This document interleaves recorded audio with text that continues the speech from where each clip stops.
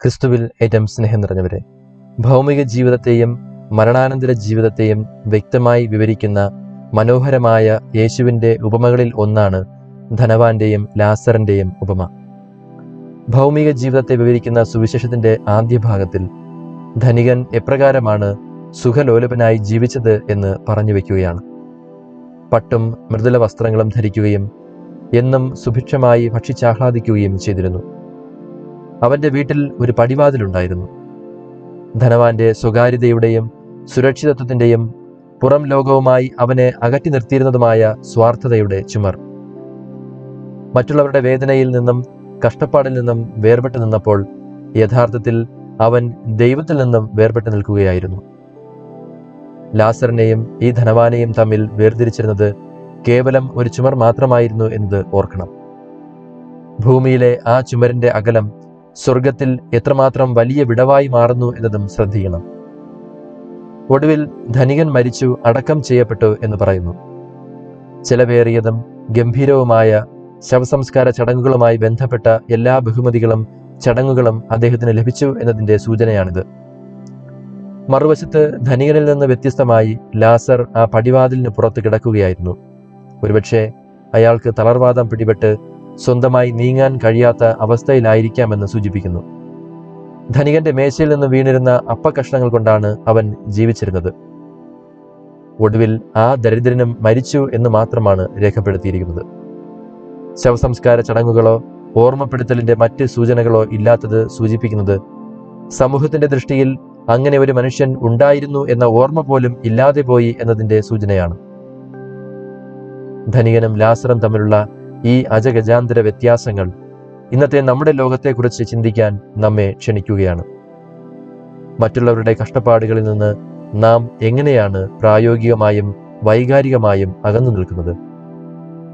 നമ്മുടെ സമയം, കഴിവ്, സമ്പത്ത് എന്നിവയുടെ മേശകളിൽ നിന്ന് മറ്റുള്ളവരുടെ വിശപ്പടക്കാൻ നാം നൽകുന്ന അവശിഷ്ടങ്ങൾ എന്തൊക്കെയാണ്?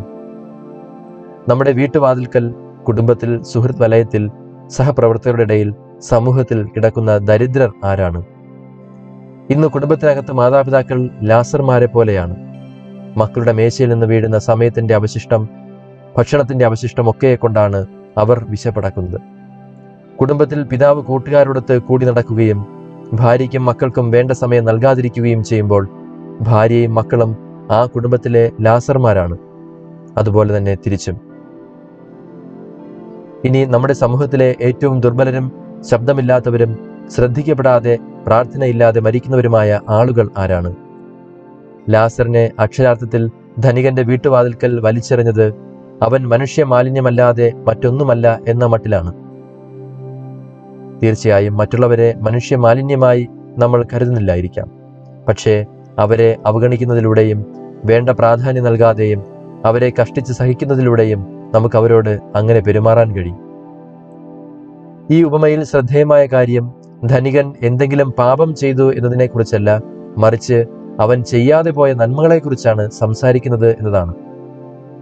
അവൻ സാബത്ത് ലംഘിച്ചുവെന്നോ വിഗ്രഹാരാധന നടത്തിയെന്നോ മറ്റൊരാളിൽ നിന്ന് മോഷ്ടിച്ചുവെന്നോ ഒരു നുണയനോ വ്യഭിചാരിയോ കൊലപാതകയോ ആണെന്നോ പറയുന്നില്ല. മറിച്ച് അവൻ ആഡംബരത്തിൻ്റെയും അത്യാഗ്രഹത്തിൻ്റെയും ജീവിതം നയിച്ചുവെന്നും അത് അയൽക്കാരനെ അവഗണിക്കാനും അവന്റെ വാതിൽക്കൽ കിടന്ന ദരിദ്രരെയും രോഗികളെയും അവഗണിക്കാനും അവനെ പ്രേരിപ്പിച്ചുവെന്നതും മാത്രമാണ് പറയുന്നത്.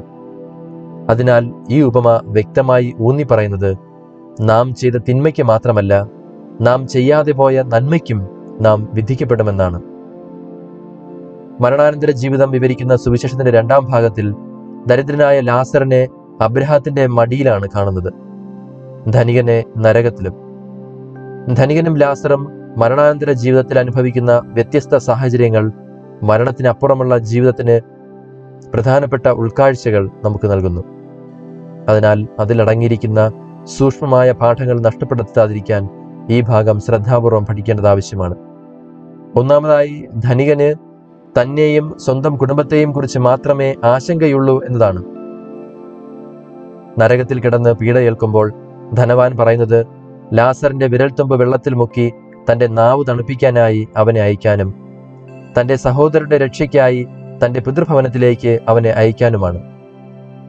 ഇവിടെ ധനവാൻ ലാസറിന്റെ പേര് ഉച്ചരിക്കുന്നതിൽ നിന്ന് മനസ്സിലാകുന്ന കാര്യം ലാസറിനെ ഈ ധനികനായ മനുഷ്യന് വളരെ നന്നായി അറിയാമായിരുന്നു എന്നതാണ്. എന്നാൽ എല്ലാ ദിവസവും അവന്റെ പടിവാതിൽക്കൽ കിടന്നിരുന്ന അവനെ ഒരിക്കലും സഹായിച്ചില്ലെന്നുമാണ്. അതിനാൽ ലാസറിനെ കുറിച്ചോ അവന്റെ ആവശ്യങ്ങളെക്കുറിച്ചോ ധനികന് അജ്ഞത അവകാശപ്പെടാൻ കഴിയില്ല. രണ്ടാമതായി, ലാസറിനെ വെള്ളം കൊണ്ടുവന്ന് തനിക്ക് ആശ്വാസം നൽകാനും സഹോദരന്മാർക്കുള്ള സന്ദേശവാഹകനാകാനും വേണ്ടിയുള്ള ഒരു ദാസൻ മാത്രമായിട്ടാണ് അവൻ ഇപ്പോഴും കണക്കാക്കുന്നത്.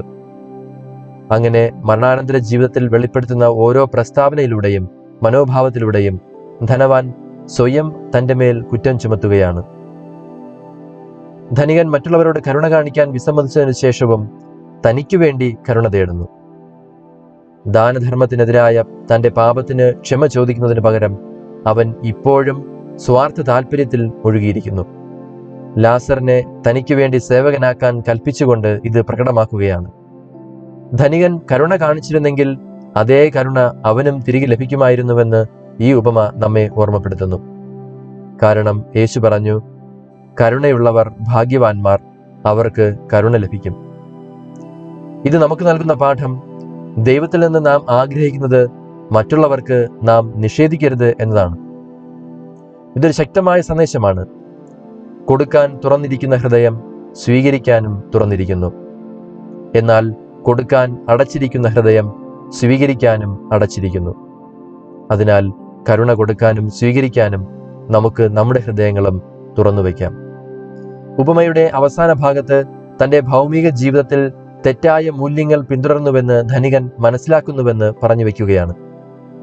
അതിനാൽ തന്റെ സഹോദരർ അവരുടെ പാപങ്ങളെക്കുറിച്ച് തിരിച്ചറിയണമെന്നും അങ്ങനെ വളരെ വൈകുന്നതിന് മുമ്പ് അവർക്ക് അവരുടെ ജീവിതം മാറ്റാൻ കഴിയുമെന്നും നരകം ഒഴിവാക്കാൻ കഴിയുമെന്നും അവൻ കരുതുന്നു. അതായത് തന്റെ സഹോദരരുടെ അനുതാപം ധനികനായ മനുഷ്യൻ ആഗ്രഹിക്കുന്നു. അതുകൊണ്ടാണ് ലാസറിനെ പിതൃഭവനത്തിലേക്ക് അയക്കാൻ ആവശ്യപ്പെടുന്നത്. മരിച്ചവരിൽ നിന്ന് ഉയർത്തെഴുന്നേൽക്കുന്നത് പോലുള്ള അത്ഭുതകരമായ സംഭവങ്ങളിലൂടെ അത്തരമൊരു മാനസാന്തരം വരുത്താമെന്നാണ് ധനികൻ കരുതുന്നത്. എന്നാൽ ദൈവവചനം ശ്രവിക്കുക, പഠിക്കുക എന്ന സാധാരണ മാർഗത്തിലൂടെ നമ്മുടെ മാനസാന്തരം പൂർത്തീകരിക്കണമെന്നാണ് ദൈവം ആഗ്രഹിക്കുന്നതെന്ന് അബ്രഹാമിന്റെ പ്രതികരണം വെളിപ്പെടുത്തുന്നു. മനുഷ്യ സ്വാഭാവികമാണ് മാനസാന്തരത്തിനായി അത്ഭുതങ്ങൾ കാത്തിരിക്കുക എന്നത്. എന്നാൽ അങ്ങനെ ഒരു നിമിഷം ഒരിക്കലും വരണമെന്നില്ല. ദൈവവചനത്തിൽ വിശ്വസിക്കുകയും അതനുസരിച്ച് പ്രവർത്തിക്കുകയും ചെയ്യുക. കാരണം വചനത്തിലൂടെ ദൈവമാണ് സംസാരിക്കുന്നത്. അതിനാൽ ദൈവവചനത്തിൽ വിശ്വസിച്ച് ഇപ്പോൾ തന്നെ മാനസാന്തരത്തിന്റെ ഫലങ്ങൾ നമുക്ക് പുറപ്പെടുവിക്കാം. അനുഗ്രഹീതമായ ഒരു ഭാവിക്കായി സ്വയം ഒരുങ്ങുന്നതിനായി വർത്തമാനകാലത്ത് അനുതപിക്കുകയും നന്മ പ്രവർത്തിക്കുകയും ചെയ്യുക എന്നതാണ് അനുതാപം കൊണ്ട് ഉദ്ദേശിക്കുന്നത്. നമുക്കും ഇത് മാനസാന്തരത്തിനുള്ള സമയമായിരിക്കട്ടെ. അതോടൊപ്പം തന്നെ പ്രിയപ്പെട്ടവരെ, ഈ ഉപമ സഭയുടെ 3 വശങ്ങൾ നമുക്ക് കാണിച്ചു തരുന്നു. സുവിശേഷവൽക്കരണം, ശരിയായ ആരാധന, ദരിദ്രരോടുള്ള കരുതൽ. അവസാന കാലത്തെ 3 പാപ്പമാരെ പരിഗണിക്കുകയാണെങ്കിൽ ജോൺ പോൾ രണ്ടാമൻ പാപ്പ സുവിശേഷവൽക്കരണത്തിനും, ബെനഡിക്റ്റ് പാപ്പ ശരിയായ ആരാധനയിലും, ഫ്രാൻസിസ് പാപ്പ ദരിദ്രരെ പരിപാലിക്കുന്നതിലും കൂടുതൽ താല്പര്യം കാണിച്ചിരുന്നുവെന്നതിന് ചരിത്രം സാക്ഷിയാണ്. സുവിശേഷവൽക്കരണമില്ലാതെ ശരിയായ ആരാധനയുണ്ടാകില്ല.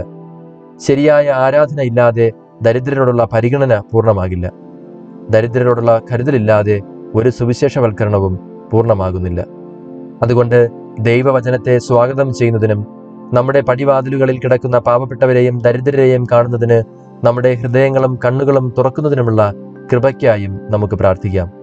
അങ്ങനെ നമ്മുടെ ആരാധന നീതിയുക്തവും ഫലപ്രദവുമായി തീരുകയും ഉപമയിലെ ധനികനെ പോലെ സ്വർഗത്തിൽ ജീവന്റെ പുസ്തകത്തിൽ നമ്മുടെ പേര് നഷ്ടപ്പെടാതിരിക്കുകയും ചെയ്യട്ടെ.